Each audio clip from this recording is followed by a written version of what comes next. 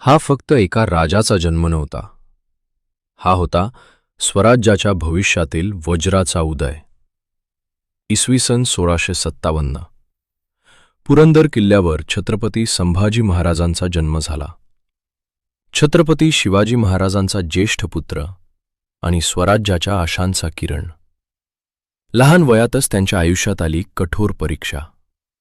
आई साईबाईंचं निधन, पण त्यानंतर त्यांना मिळाला जिजाऊंचा संस्कारांचा आधार. जिजाऊंनी त्यांना फक्त राजपुत्र म्हणून नाही, तर स्वराज्याचा खरा रक्षक म्हणून घडवलं. रामायण, महाभारत, धर्म, न्याय आणि सर्वात महत्त्वाचं स्वाभिमान. खेळण्याच्या वयातच संभाजी महाराज तलवार हातात घेत होते. घोडेस्वारी, धनुर्विद्या, युद्धनीती हे सगळं त्यांच्यासाठी खेळ नव्हतं, तर भविष्यातील जबाबदारी होती.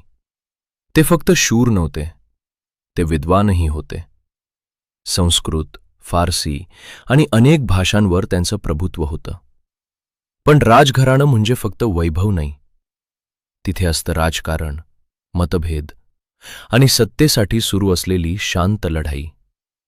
लहान वयातच संभाजी महाराजांनी पाहिलं विश्वास आणि विश्वासघात यांच्यातला फरक.